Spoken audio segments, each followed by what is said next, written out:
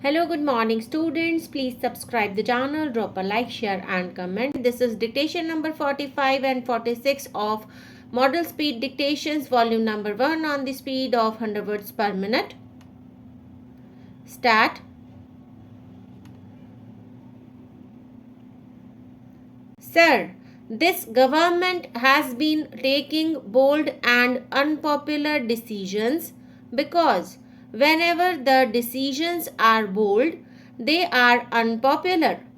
But the railway budget, I do not think, has anything to do with the skill with which the finance minister has balanced his budget.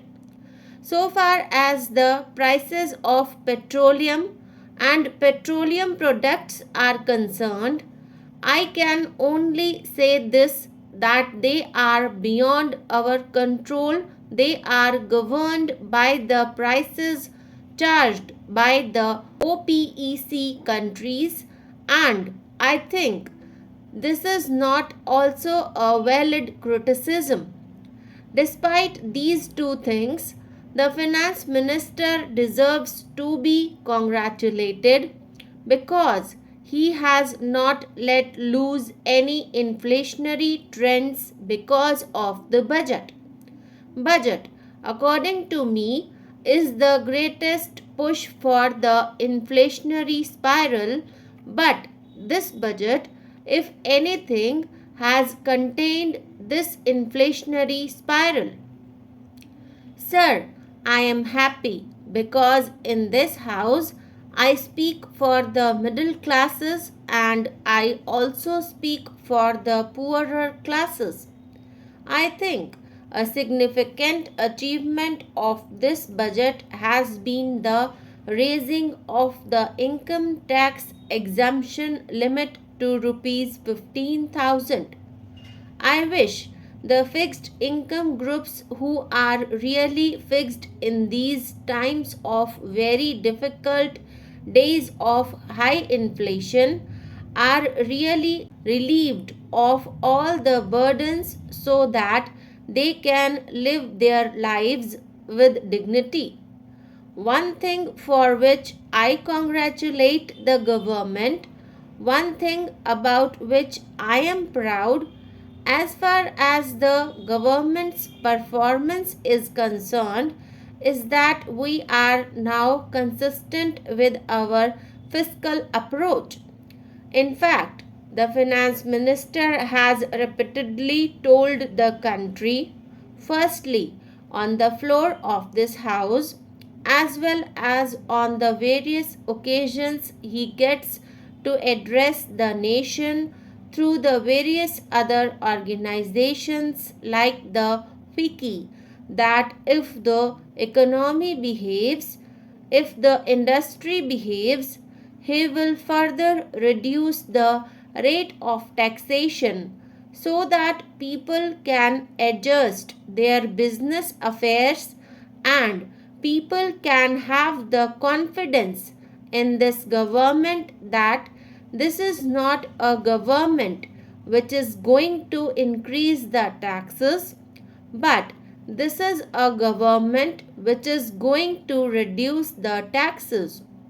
I am quite sure that though the effect of the exemption continues, it will not be long before this exemption limit is further raised so as to relieve the middle classes of the difficult times. With this, he has removed 13 lakh SSEs.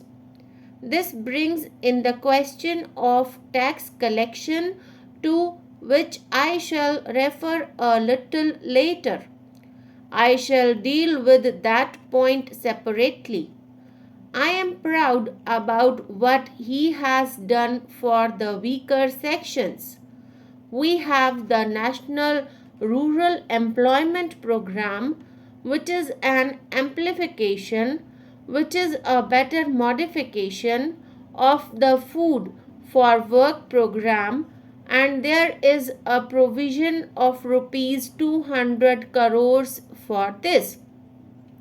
There is the Integrated Rural Development Program, and there is a provision of rupees 200 crores with a hope that 3 million families will go above the poverty level because of this scheme. There has to be a very strict vigil. The fourth point I make on the taxation proposals is that the way these proposals have been framed may give rise to some confusion or some suspicion in the minds of the states that the proposals have been so framed that they do not get their proper share. Now, out of income tax, the Finance Commission provided that the share of the states will be 85% instead of 80% as before, so that a greater share of income tax goes to the states. So, this may give rise to the feeling that some good thing has been done but at somebody else's expense. This is a problem which requires consideration. The finance minister had said that he had given the revised figures of last year. But I will not take the revised figures. I will take the assistance for central and centrally sponsored schemes of the plan. The assistance for the central and the centrally sponsored schemes were reduced from rupees 900 crores to rupees 800 crores.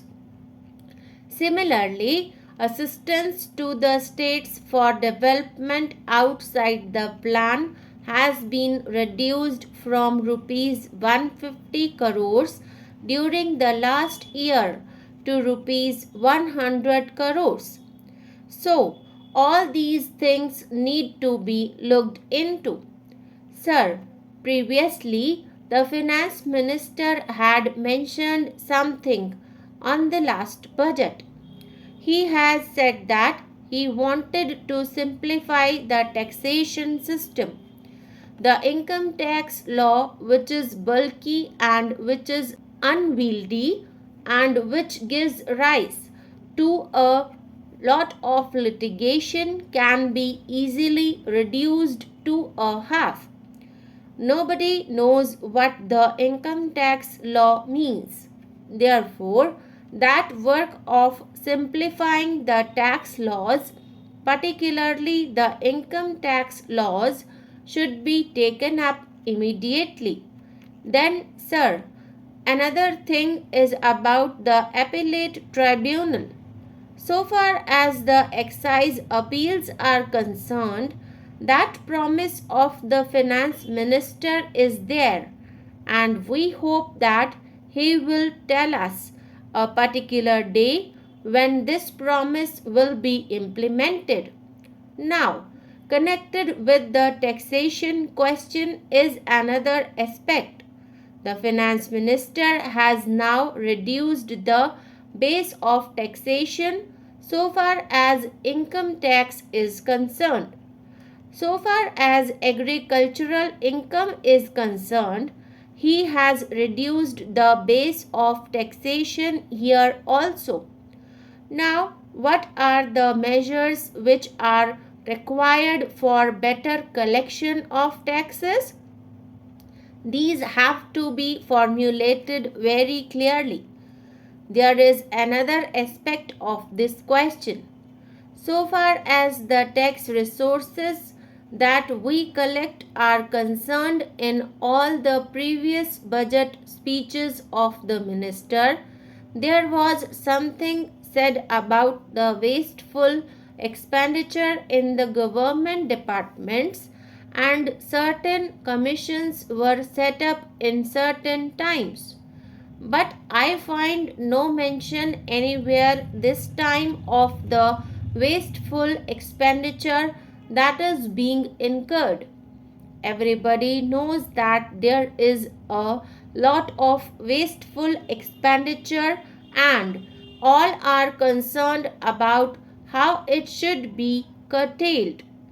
For this purpose, a definite and concrete measure has to be formulated. I would like to know what steps the ministry is going to take.